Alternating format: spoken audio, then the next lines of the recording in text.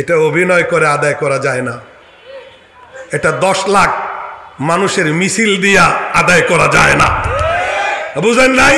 এটা হুঙ্কার আর গর্জন দিয়ে আদায় করা যায় না। এটা সলসাতুরি আর বাটপারি আর প্রতারণার কোন কলাকৌশল অবলম্বন করে আদায় করা যায় না।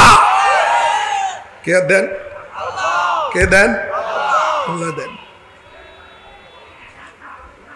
কেউ তসবিহ পড়ে আল্লাহকে স্মরণ করে গাড়িতে বসে একা, আর কেউ তসবিহ পড়ে প্রকাশ্যে। মাঝে তসবির তুফান বইতেছে। অভিনয়, আইওয়াস, ধোঁকা।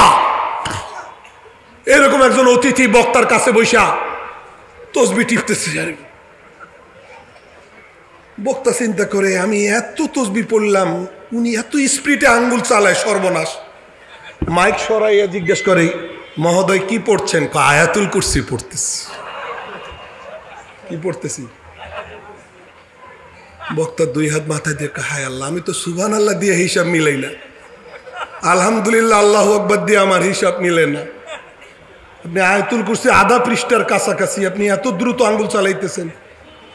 আপনি এটা ডিস্টার্ব করেন না, তো আমি পুরো আয়াতুল কুরসি পড়তেছি না, শুধু কুরসি কুরসি কুরসি কুরসি কুরসি কুরসি কুরসি কুরসি। বুঝতেছেন? বুঝতেছেন? কুরসি মানে গদি, গদি, গদি, গদি, গদি, গদি। কথা বুঝেন? কিছু বুঝেন?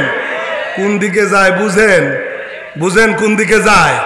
হ্যাঁ, আমরা বিভিন্ন অ্যাঙ্গেলে বলতে পারি, ডাইরেক্টও বলতে পারি, ইনডাইরেক্টও বলতে পারি, সরাসরি বলতে পারি, বিভিন্ন সিস্টেমে বলতে পারি, কিন্তু কথাগুলো সত্য।